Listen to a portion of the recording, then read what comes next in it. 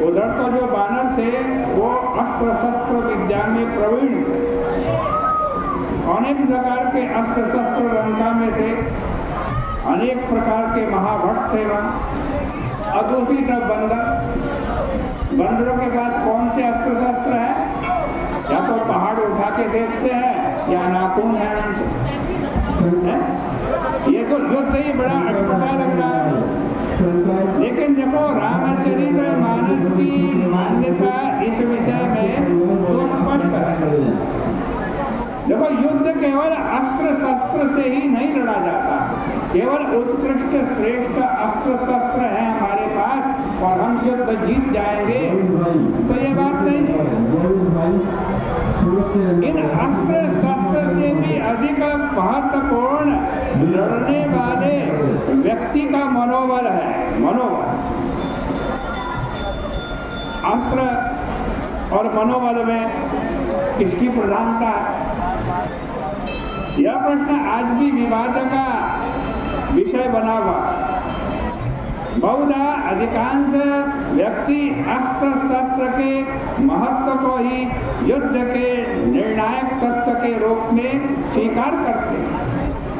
भारतवर्ष के 1000 वर्ष के इतिहास का संदर्भ में रखकर विचार करने वाले अध्येता बहुधा इसी निष्कर्ष पर पहुंचते हैं कि भारत जब भी किसी आक्रमणकारी के समक्ष परास्त हुआ, हारा, तब उसका कारण अस्त्र शस्त्रों की निम्नता ही रही है।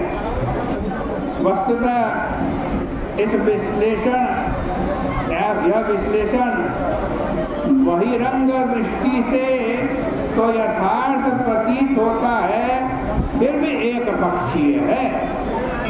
देखो, आक्रमणकारी केवल अस्त्र शस्त्रों की दृष्टि से उत्कृष्ट थे।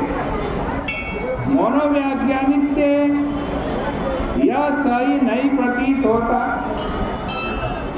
एक विशाल देश पर जो लोग दूर दूर से आक्रमण करने के लिए आए हैं, यानी भारत के ऊपर आक्रमण करने के लिए जो लोग आए हैं, बहुत दूर से चल करके आ रहे हैं।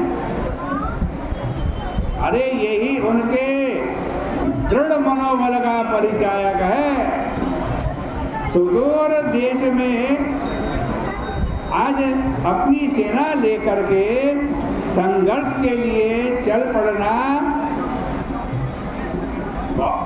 अल्प मनोबल के लिए संभव नहीं है। जिसका छोटा मनोबल होगा वो ये काम नहीं कर सकता। जो लोग उनसे लड़ने के लिए एकत्र हुए थे वे भले ही बहुत बड़ी संख्या में रहे हों अथवा उनकी वीरता की बहुत ख्याति रही हो, परंतु कहीं न कहीं उनके अंतःकरण में आशंका और भय की वृत्ति विद्यमान थी। अस्त्र शस्त्रों की तुलना में व्यक्ति के मनोबल का महत्व निश्चित रूप से अधिक है। चेतन जीव की तुलना में जड़ अस्त्रों के महत्व को अधिक आंकना आध्यात्मिक दृष्टि से असंगत है। फिर अस्त्र के द्वारा केवल शरीर पर ही विजय प्राप्त की जा सकती है, मन पर नहीं। और जब तक कोई व्यक्ति अथवा जाति मन से पराजित नहीं हो जाती तब तक वह विनष्ट नहीं हो सकती। इसी तथ्य को विश्व के समक्ष प्रकट करने के लिए भगवान राम ने इस विषम लड़ाई के नेतृत्व को स्वीकार किया। अयोध्या और मिथिला की आज कहते हैं बड़ी सशक्त सेना थी। अयोध्या में भी बहुत बड़ी सेना थी और जनक जी के यहाँ भी मिथिला में भी बहुत बड़ी सेना। भगवान राम चाहते तो दोनों सेनाओं को बुला करके युद्ध कर सकते, तो स्वतंत्र थे इसके लिए। किंतु यह तो भौतिकता और के बीच संघर्ष था। ये संघर्ष कैसे होगा? आज कहते हैं शुद्ध आध्यात्मिक पृष्ठभूमि में यह तथ्य और भी अधिक महत्वपूर्ण है।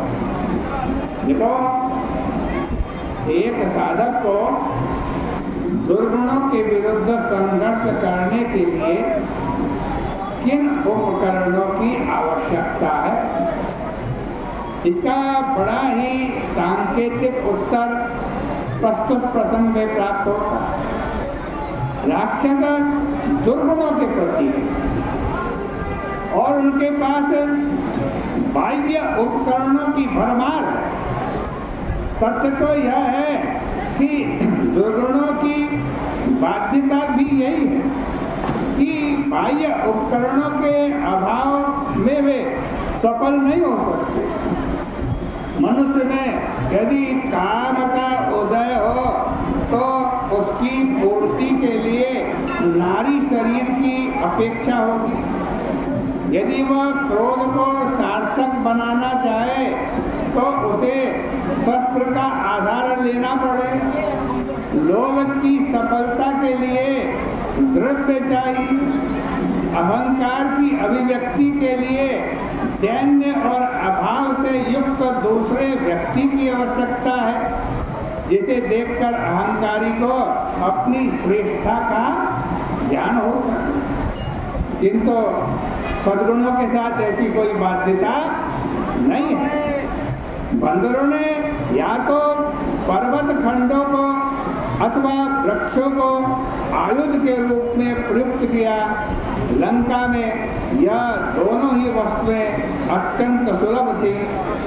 यदि ये न होते तो उनके नाखून और दांत तो उनके पास थे ही और उनका प्रयोग भी करते हैं युद्ध में।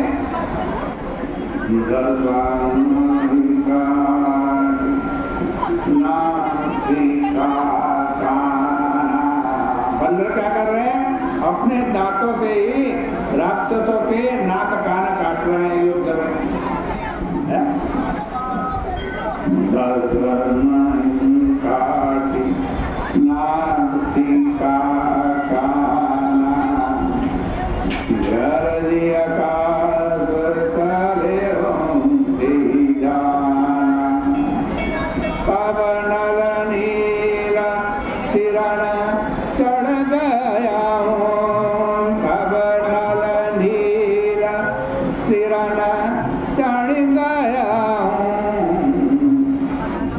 कर रहे हैं? नल नील रावण के सिर पर चढ़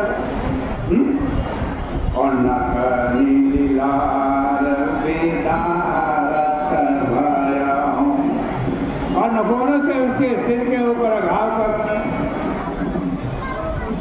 उपयुक्त पंक्तियों से इसी तथ्य की पुष्टि होती है कि साधन के लिए किसी दुर्लभ उपकरण की उपेक्षा नहीं है।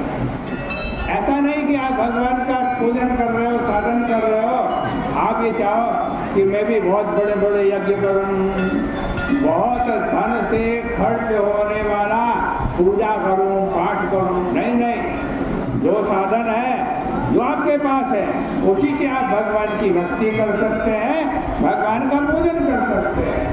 मंदिरों के पास कुछ नहीं है, न अस्त्र है न शस्त्र है।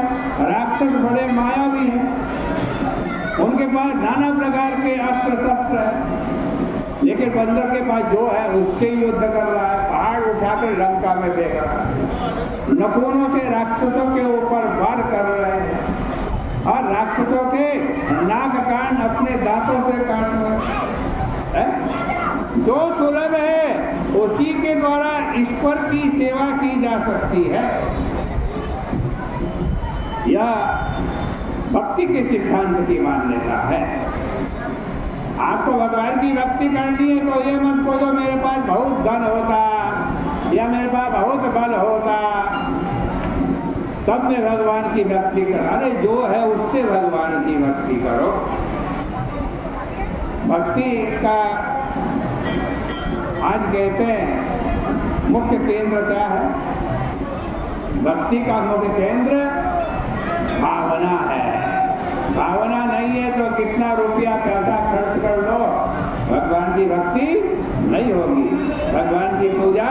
नहीं होगी। सद्गुण जो होते हैं ना वो वस्तु निरपेक्ष होते हैं, उनको किसी वस्तु की जरूरत, दुर्गुणों को तो होती है लेकिन सद्गुणों को किसी वस्तु की जरूरत नहीं होती। देखो, काम की पूर्ति के लिए नारी की अपेक्षा हो सकती है लेकिन ब्रह्मचर्य की रक्षा के लिए किसी बाह्य वस्तु की अपेक्षा नहीं है। इसी तरह क्रोध को तो शस्त्र चाहिए तो उसका क्रोध पूरा हो, है? किंतु अहिंसा के लिए किसी भी चीज की जरूरत नहीं। लोभ के लिए द्रव्य की आवश्यकता हो सकती है परंतु त्याग के लिए किस चीज की आवश्यकता है, किसी भी चीज की आवश्यकता नहीं। यदि दुर्गुणों के समान सद्गुण भी अपनी सफलता के लिए बाह्य पदार्थों की अपेक्षा रखे तो फिर आध्यात्मिक और भौतिकता में कोई अंतर शेष नहीं रह जाएगा। इसका तात्पर्य